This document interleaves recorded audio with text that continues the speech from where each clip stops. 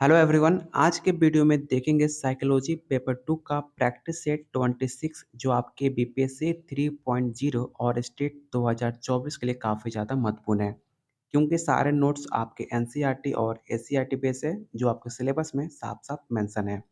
अगर आप psychology paper 2 की तैयारी कर रहे हैं तो आप लोग के लिए प्रैक्टिस सेट और थ्योरी के साथ आपको दिया जा रहा है सिर्फ ₹201 में, जो अभी तक बहुत सारे बच्चे ले चुके हैं। अगर आप भी इंटरेस्टेड हो तो आप इस नंबर पे आप मुझे व्हाट्सअप कर सकते हो, क्योंकि ये सारे नोट्स आपके एनसीईआरटी और एससीईआरटी बेस है जो आपके सिलेबस और आपके प्रीवियस ईयर क्वेश्चन के सेम पैटर्न पे आपको दिया जा रहा है। चलिए शुरू करते हैं आज का पहला क्वेश्चन, और वीडियो को लाइक शेयर करना बिल्कुल मत भूलिएगा। पहला क्वेश्चन है, बुद्धि लब्धि संप्रदाय सबसे पहले किसने दिया था? मैंने आपको कई बार बता चुका हूँ कि आईक्यू का संप्रदाय सबसे पहले किसने दिया था। पहला ऑप्शन है option A Raymond Cattell, option B है अल्फ्रेड बिने, ऑप्शन सी है विलियम अस्टन, या ऑप्शन डी वेस्टर। तो हमेशा आप लोग अल्फ्रेड बिने और विलियम अस्टन में कंफ्यूज रहते हैं, और दो ऑप्शन में कौन सा राइट ऑप्शन होगा आपको ये बताना है।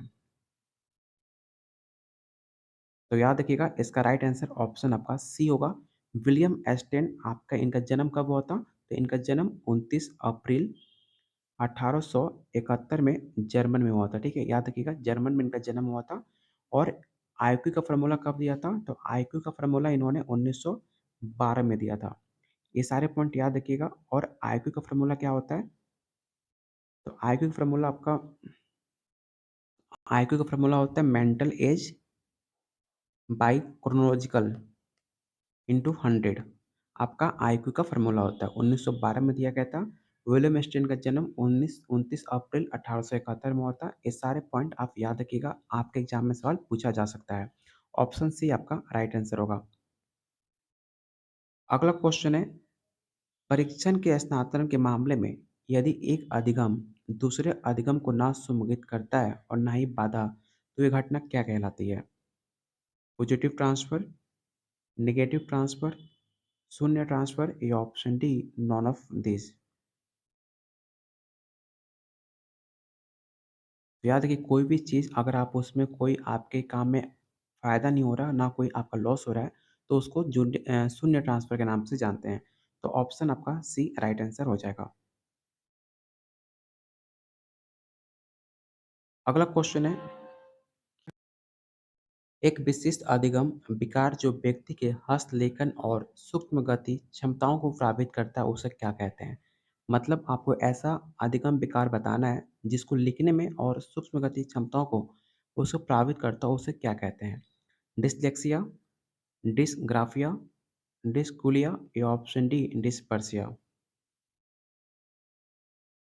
तो याद रखिएगा, आपका डिसलेक्सिया क्या होता है? डिसलेक्सिया आपके पढ़ने से रिलेटेड बीमारी को माना जाता है। जिस बच्चे को पढ़ने में प्रॉब्लम होती हो, जो अक्षर को ना पहचान सके, उसे डिसलेक्सिया कहते हैं।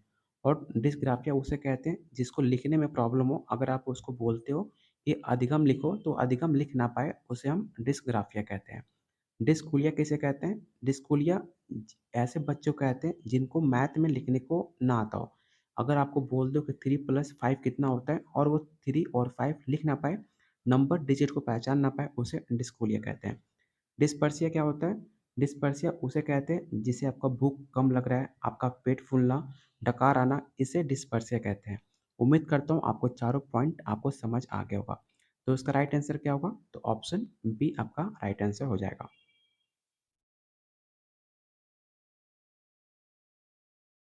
अगला क्वेश्चन है, जब एक क्रिया प्रस्तुत अनुक्रिया के अनुक्रम में उद्दीपक उपस्थित किया जाता है, तब वो उस अनुक्रिया की संभावना को मजबूत करता है। ये क्या कहलाता है?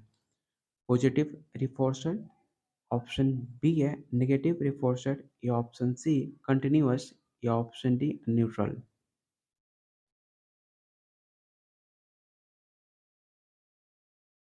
तो उसको हम धनात्मक पुनर्बलक के नाम से जानते हैं। तो ऑप्शन ए आपका राइट आंसर हो जाएगा।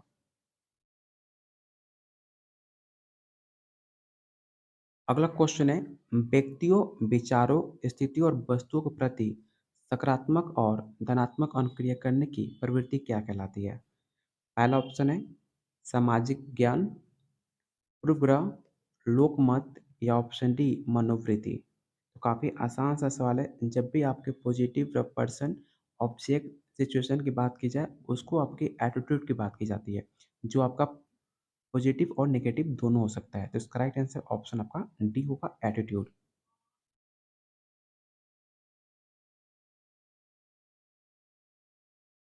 अगला क्वेश्चन है, वो प्रक्रिया जिसके द्वारा दूसरों के बारे में सोचना कम या अधिक अस्थायी संज्ञानों या विचारों में बदल जाती है, उसे क्या कहते हैं?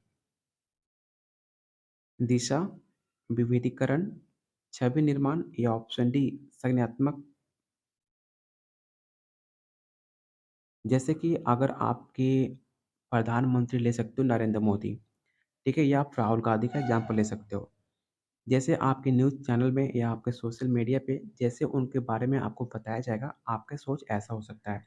अगर आपका न्यूज़ मीडिया पे या आपके सोशल साइट्स पे दिखाया जाए कि राहुल गांधी आपके बुरे प्रधानमंत्री हैं, उनका हमेशा मज़ाक बनाया जाता है, उनकी हरकत बच्चों की तरह है, तो आपके मन में ऐसा एक इमेज बन जाता है। तो उसको छवि निर्माण के नाम से जानते हैं। जैसे कि कोई भी आपके अंदर, आपके मन में एक एक इम्प्रेशन फॉर्मेशन कर दिया गया। तो उसका राइट आंसर ऑप्शन आपका सी हो जाएगा। अगला क्वेश्चन है, मनोवृत्ति का संज्ञानात्मक विश्वादिता सिद्धांत किसके द्वारा दिया गया था? आपको बताना है कि कॉग्निटिव डिसोनेंस थ्योरी किसके द्वारा दिया गया था, आपको ये बताना है। पहला ऑप्शन है फेस्टिंगर, ऑप्शन बी है हाइडर, ऑप्शन सी है लिकट या ऑप्शन डी पियाजे।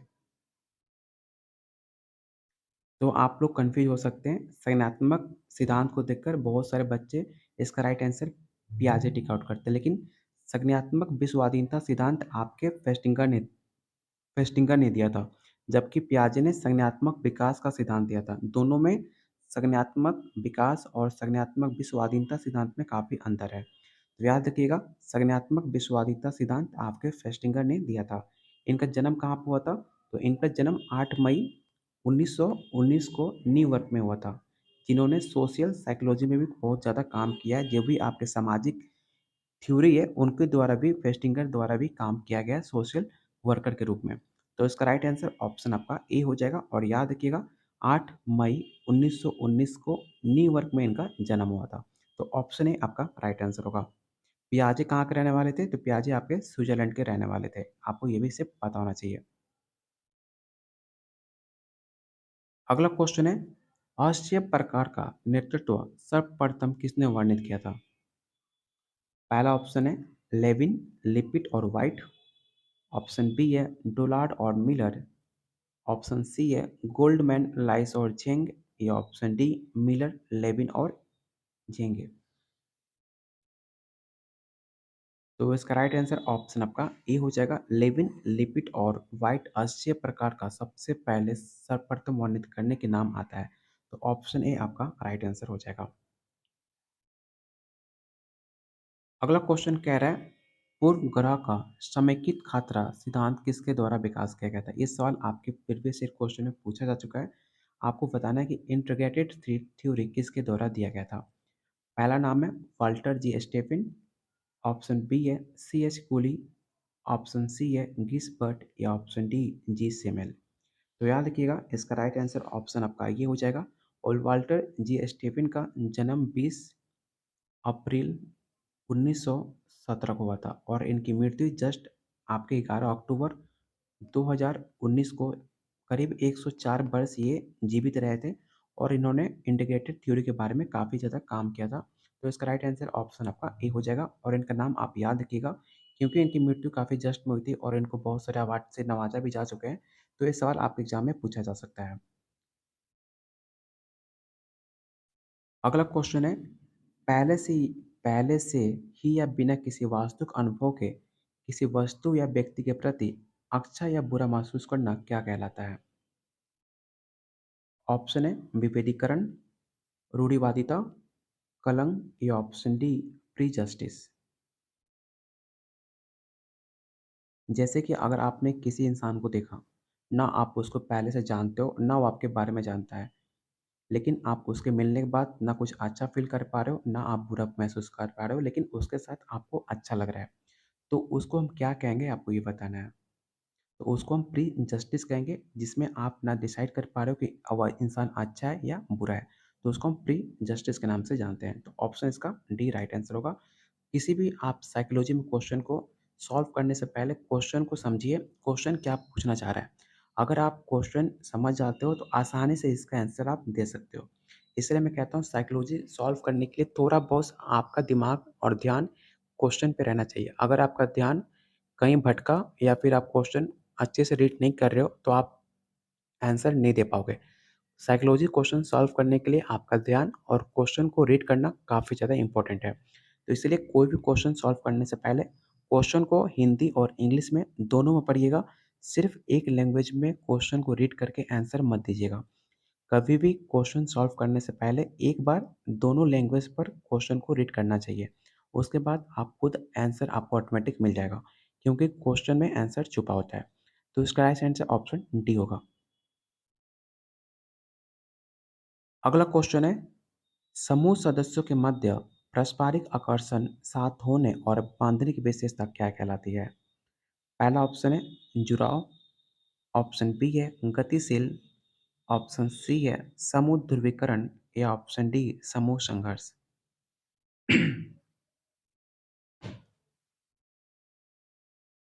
तो याद रखिएगा, किसी के बीच अगर आपका अट्रैक्शन हो जाता है, बहुत लोग प्यार को मतलब बहुत सारे आपने देखा होगा कि आपके और किसी इंसान के प्रति आपका अट्रैक्शन होता है, लेकिन आपको लगता है वो प्यार है। प्यार से ज़्यादा हर किसी को अट्रैक्शन होता है। अट्रैक्शन को आप प्यार नहीं कह सकते हो। किसी एक एक और दूसरे के बीच में अगर आपका म्यूचुअल अट्रैक्शन है, उसके बिना आप रह नहीं पा रहे हो, उसकी बार-बार याद आती है, तो ज़रूरी नहीं कि प्यार हो, ये अट्रैक्शन भी हो सकता है। और अट्रैक्शन कब होता है? आप जब उसके प्रति जुड़ाव रखते हैं। तो इसका राइट आंसर ऑप्शन आपका ए हो जाएगा। अगला क्वेश्चन है, कार्य विश्लेषण की चेकलिस्ट विधि किसके द्वारा प्रस्तुत की गई थी? ये सवाल आपके पेपर में पूछा जा चुका है और याद रखिएगा, करंट में ये सवाल आपके डीटीएफएलएसबी में पूछा गया था और आपके एमपी में पूछा गया था। तो याद रखिएगा, कार्य विश्लेषण की चेकलिस्ट विधि किसके द्वारा प्रस्तुत की गई थी? पहला ऑप्शन है मास्टरबर्ग, मायो और स्कॉट, ऑप्शन सी है डोनेट और किस्नर, या ऑप्शन डी सैमुअल मायर्स।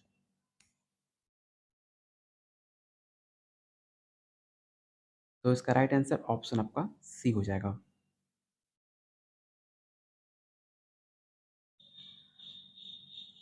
कर्मचारियों को कार्य के किसी विशिष्ट भाग के बारे में निर्देश देना जिसका कि उन्हें पहले से अनुभव नहीं है, उसे क्या कहते हैं? मतलब अगर आपके कोई काम कर रहे हो, जैसे कि अगर आप किसी कंपनी में जा रहे हो, आपको कोई काम का एक्सपीरियंस नहीं है, लेकिन अगर आपका बॉस ऐसा काम करने के लिए दे दे जिसके बारे में आपको कुछ नहीं पता हो, तो वैसे काम को क्या कहते हैं? Industrial training, job analysis, personal selection, या ऑप्शन डी परफॉर्मेंस अप्राइजल। तो अगर ऐसे काम अगर आपको बॉस आपको देता है जिसके बारे में आपको जानकारी ना हो, तो सबसे पहले आपको इंडस्ट्रियल ट्रेनिंग करनी होती है। मतलब उस काम को आपको सीखना होता है, उसको ट्रेनिंग लेनी पड़ती है, तब जाकर आप उस काम को सीख सकते हो। तो इसका राइट आंसर ऑप्शन आपका ए हो जाएगा, इंडस्ट्रियल ट्रेनिंग। निम्नलिखित में कौन-सा प्रतिबल का संज्ञानात्मक परिणाम है? काफ़ी आसान सा सवाल है। आपको बताना है कि which of the following is the cognitive outcome of stress. मतलब जब आपका गुस्सा जो आता है, वो किस वजह से आता है? जो आप स्ट्रेस में चले जाते हो, जब आपका दिमाग जो है काम करना बंद कर देता है, आपको गुस्सा आता है, वो किस वजह से आता है? पहला ऑप्शन है कुंठा और आक्रामकता, पुअर मेमोरी, हार्ट डिजीज़, या ऑप्शन डी अल्कोहल अब्यूज़। तो याद रखिएगा, जब आपका कॉग्निटिव आउटकम ऑफ स्ट्रेस में चला जाता है, जब वो काफ़ी चिंतित हो जाता है, तो आपको फ्रस्ट्रेशन होता है और आपको गुस्सा आता है। तो इसका राइट आंसर ऑप्शन आपका ए हो जाएगा, फ्रस्ट्रेशन एंड एग्रेशन। अगला क्वेश्चन है, किस प्रकार के साक्षात्कार पूछे जाने वाले प्रश्न पहले ही तय कर लिए जाते हैं? जैसे कि आपसे पूछा जा रहा है कि इंटरव्यू में, जब आप इंटरव्यू अगर आपने फेस किया होगा कभी भी, तो आपको कैसे पता चल जाता है कि पहले से उन्होंने क्वेश्चन डिसाइड कर लिया कि आपको कौन-सा क्वेश्चन आपको नहीं आने वाला। कितनी कभी-कभी ऐसा होता है कि अगर आप इंटरव्यू देने जा रहे हो, तो ऐसा क्वेश्चन आपसे पूछ लिया जाएगा जब आपने वो तैयारी किया नहीं होगा। बाकी जितने क्वेश्चन आपने तैयारी की होगी, वो क्वेश्चन आपसे पूछा ही नहीं जाएगा। तो आपको बताना है कि किस प्रकार इंटरव्यू को पूछे जाने वाले प्रश्न पहले ही तय कर लिए जाते हैं, आपको ये बताना है। पहला ऑप्शन है स्ट्रक्चर इंटरव्यू, अनस्ट्रक्चर, प्रोजेक्टिव या option D none of the above. जो भी आपका इंटरव्यू में क्वेश्चन पूछे जाते हैं, वो सब पहले से स्ट्रक्चर किए जाते हैं, मतलब पहले से तय होते हैं कि आपसे क्या-क्या सवाल पूछा जाता है। ऐसा नहीं है कि आप अगर अगर आप इंटरव्यू देने जा रहे हो और सडनली आपका इंटरव्यूअर जो है कोई भी सवाल पूछ लेगा। वो इंटरव्यू जो इंटरव्यू लेता है, वो पहले से क्वेश्चन डिसाइड रहता है, उनकी पहले से तैयारी की रहती है, कि उनको क्या-क्या सवाल पूछना है, किस फ़ील्ड में सबसे ज़्यादा उनको नॉलेज चेक करना है, वो सब कुछ पहले से डिसाइड वो किए रहते हैं। क्योंकि अगर आप इंटरव्यू देने जा रहे हो या इंटरव्यू लेने जा रहे हो, तो दोनों के लिए आपको तैयारी करनी पड़ती है, चाहे आपको इंटरव्यू देना हो, चाहे आपको इंटरव्यू लेना हो। दोनों के लिए स्ट्रक्चर इंटरव्यू आपको पहले से रेडी होना चाहिए। आपको अपने से पहले से तैयारी करके जाना चाहिए। तो इसका राइट आंसर ऑप्शन आपका ए हो जाएगा। और आप लोगों से रिक्वेस्ट है, इतना क्वेश्चन आप लोग के लिए डिटेल में आपको बताया जा रहा है, तो वीडियो को लाइक करने में आप लोग कंजूसी मत करो। वीडियो को लाइक कीजिए, शेयर कीजिए अपने दोस्तों में, अपने ग्रुप्स में, और कमेंट करना बिल्कुल मत भूलिए। कमेंट आप करोगे तभी मुझे लगेगा कितने बच्चे स्कोर कर पा रहे हैं। अगर मैं आपको डेली 30 क्वेश्चन 25 क्वेश्चन करा रहा हूँ, तो आप लोग सभी कमेंट करो कि 30 में 25 में कितने आपका स्कोर आ रहा है। अगर आप स्कोर बताओगे, तो उसके अकॉर्डिंग मैं आपके लिए क्वेश्चन लेकर आऊँगा कि आपको ईज़ी क्वेश्चन कराने हैं कि मॉडरेट लेवल क्वेश्चन कराने हैं। अगर कोई क्वेश्चन में आपको डाउट हो रहा है, तो आप लोग कमेंट कर सकते हो कि मुझे इस क्वेश्चन में समझ में नहीं आ रहा। तो मैं कोशिश करूँगा कि आपको आंसर कमेंट बॉक्स में दिया जाए, जिससे आपको समझ में आए। क्योंकि आपके पास अभी टाइम है अपने आप का काम करने का, क्योंकि अगर आपका एग्ज़ाम नज़दीक आ जाएगा, तो फिर आप इस पे टाइम नहीं दे पाओगे। अभी आपके पास टाइम है, जिस क्वेश्चन में आपको प्रॉब्लम हो, उस क्वेश्चन को नंबर ऑफ कमेंट करो, और कितना टोटल नंबर में आप कितना क्वेश्चन सही कर पा रहे हो, वो भी आप कमेंट करो जितने लोग आप वीडियो देख रहे हो। इससे एक आइडिया लग पाएगा कि आपकी तैयारी कैसे चल रही है। खुद से झूठ मत बोलना, क्योंकि अगर आप बताओगे तभी मैं आपका हेल्प कर पाऊँगा। तो वीडियो को लाइक कीजिए और शेयर कीजिए अपने दोस्तों में, अपने ग्रुप्स में। कोई भी आपको प्रॉब्लम हो, चाहे आप एग्ज़ाम को लेकर चिंतित हो, कुछ भी समझ ना आ रहा हो, आप कमेंट कर सकते हैं, आपको रिप्लाई दी जाएगी। अगर आप अपनी प्रॉब्लम बताओगे तभी आपका सॉल्यूशन निकाल पाएगा। चलिए चलते हैं अगले क्वेश्चन पे। अगला क्वेश्चन है, निम्नलिखित में कौन-सा कथन सत्य है? मतलब आपके पास 4 ऑप्शन है, 4 ऑप्शन में कौन-सा स्टेटमेंट सही है, आपको ये बताना है। तो पहला स्टेटमेंट है, छोटी मात्रा में प्रतिबल निष्पादन के लिए अच्छा होता है। बिल्कुल सही बात है। सेकंड ऑप्शन है, सभी प्रतिबल खराब होते हैं। मतलब जितने भी आपके स्ट्रेस होती हैं, सारी खराब होती हैं, ऐसा कुछ नहीं है। कभी-कभी चिंता करना अच्छी बात होती है। अगर आप पेरेंट्स बन गए हो या फिर अभी आप पेपर देने वाले हो, तो उसके बारे में आप चिंता कर रहे हो, उसको लेकर आप स्ट्रेस ले रहे हो, तो काफ़ी अच्छी बात है। अगर आपका पेपर है, अगर आप उसका चिंता नहीं करोगे, तो आप पढ़ाई नहीं करोगे। इसलिए सारे चिंता खराब नहीं होता, कोई-कोई चिंता अच्छी बात होती है। जैसे आपका पेपर है, तो उसको लेकर आप चिंतित हो, ये अच्छी बात है। तो ऑप्शन बी आपका गलत हो जाएगा।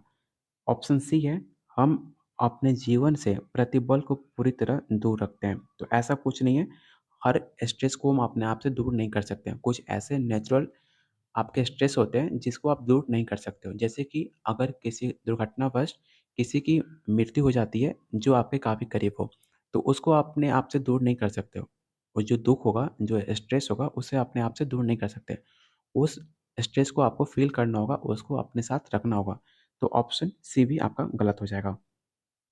चौथा ऑप्शन क्या है? चौथा ऑप्शन है, उच्च प्रतिबल निष्पादन के लिए ज़रूरी है। ठीक है? मतलब high stress necessary for performance. ऐसा कुछ नहीं है, जब हद से ज़्यादा आप चिंता करने लगोगे, जैसे कि आपका पेपर है, दिन भर आप पढ़ाई नहीं कर रहे हो, लेकिन दिन भर लेकर ये चिंतित हो कि मुझे पढ़ना है, मुझे पास करना है, लेकिन आप पढ़ाई नहीं कर रहे हो। तो हाई टेंशन लेने से कुछ नहीं होता, सिर्फ़ टेंशन लेने से कुछ होता नहीं है, साथ में आपको पढ़ाई भी करनी होगी, तभी आपका पेपर क्वालीफाई होगा। लेकिन दिन भर आप रात-दिन बैठे हो, चिंता कर रहे हो कि मुझे पास होना है, मुझे बिहार में नौकरी लेना है, तो सिर्फ़ चिंता करने से कुछ नहीं होता, तो ऑप्शन डी आपका गलत हो जाएगा।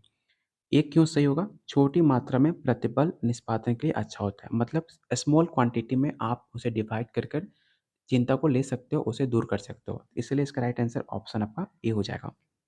उम्मीद करता हूँ आपको क्वेश्चन समझ में आ गया होगा। चलिए चलते हैं अगले क्वेश्चन पे। अगला क्वेश्चन है, हॉटन प्रभाव शब्द किसने दिया? हाउथ्रोन शब्द सबसे पहले किसने दिया था, आपको ये बताना है। पहला ऑप्शन है डेनियल्स और ओटिस, ऑप्शन बी है विलियम जेम्स, ऑप्शन सी है डीसी मैक्रिलैंड या ऑप्शन डी हेनरी ए लैंड्स। तो याद रखिएगा इसका राइट आंसर ऑप्शन डी हो जाएगा। इनका जन्म 1918 में हुआ था, जिन्होंने हार्टून शब्द का सबसे पहले प्रयोग किया था। तो ऑप्शन डी आपका राइट आंसर हो जाएगा।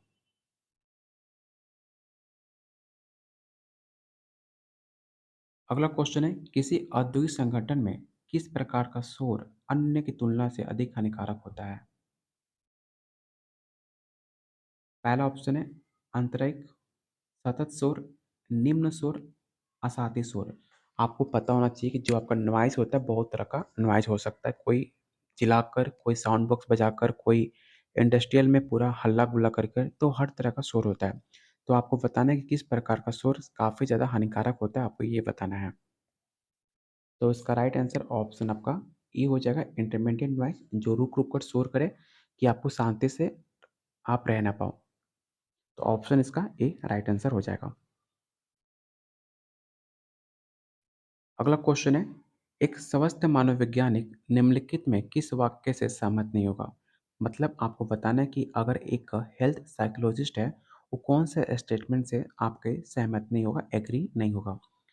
पहला ऑप्शन है आपका, शरीर की कार्यात्मक मानववैज्ञानिक कारकों से जुड़ी होती है। ऑप्शन बी है स्वस्थ मानववैज्ञानिक स्वस्थ जीवन चार्य को बढ़ावा देने के प्रयास करते हैं। या ऑप्शन सी, ऑप्शन सी है पिछले कुछ वर्षों की तुलना में अब स्वस्थ मनोविज्ञान के प्रतिबल का अध्ययन करना कम महत्वपूर्ण हो गया है। या ऑप्शन डी, हमारे व्यवहार करने के तरीके का सीधा असर हमारे स्वास्थ्य पर पड़ता है। तो इसका राइट आंसर ऑप्शन आपका सी हो जाएगा। अगला क्वेश्चन है, असामान्यता के सांख्यिकी उपागम के अनुसार उनको असामान्य परिभाषित किया जा सकता है जो जो वास्तविकता से दूर जो वास्तविकता से दूर रख दिखने का प्रमाण दिखाते हैं। या ऑप्शन बी, दुखी अलग और अवसादी होते हैं। या ऑप्शन सी, व्यवहार के सामान्य तरीके से विचलन दिखते हैं। या ऑप्शन डी, दूषितता के कारण अक्षम होते हैं। आपको बताना है इसका राइट आंसर क्या हो जाएगा। तो इसका राइट आंसर ऑप्शन आपका सी हो जाएगा, इसे आप जरूर याद रखिएगा। अगला क्वेश्चन है, निम्नलिखित में कौन असंबद्धता प्रकार का प्रमुख विशेषता है? ध्रुवती, उन्नीद, उन्माद या ऑप्शन डी अवसाद। तो इसका राइट आंसर ऑप्शन आपका बी हो जाएगा। अगला क्वेश्चन आपके एग्जाम में पूछा जा चुका है और काफ़ी आसान सा सवाल है। आपको बताना है कि खुले स्थानों से डर को क्या कहते हैं। मतलब ऐसी जगह पर जहाँ पर काफ़ी खुले स्थानों, जहाँ पर कोई दिखता ना हो, तो ऐसे जगह डर को क्या कहते हैं?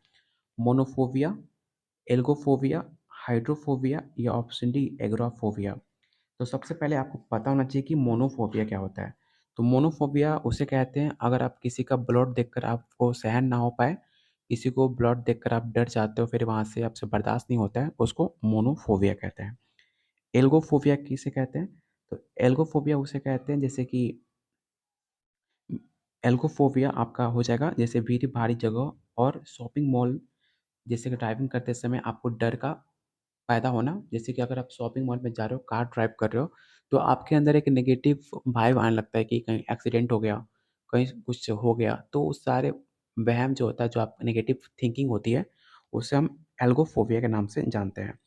हाइड्रोफोबिया क्या होता है? हाइड्रोफोबिया आपने देखा होगा, किसी को पानी से डर लगता है, तो पानी देखकर डरना हाइड्रोफोबिया कहता है। एग्रोफोबिया किसे कहते हैं? तो खुले स्थानों में डर को लगना आपको एग्रोफोबिया कहते हैं। तो इसका राइट आंसर ऑप्शन आपका डी हो जाएगा। और सारे पॉइंट को याद रखिएगा, क्योंकि आपके साइकोलॉजी में ये सवाल बार-बार पूछा जाता है। चलते हैं अगले क्वेश्चन पे।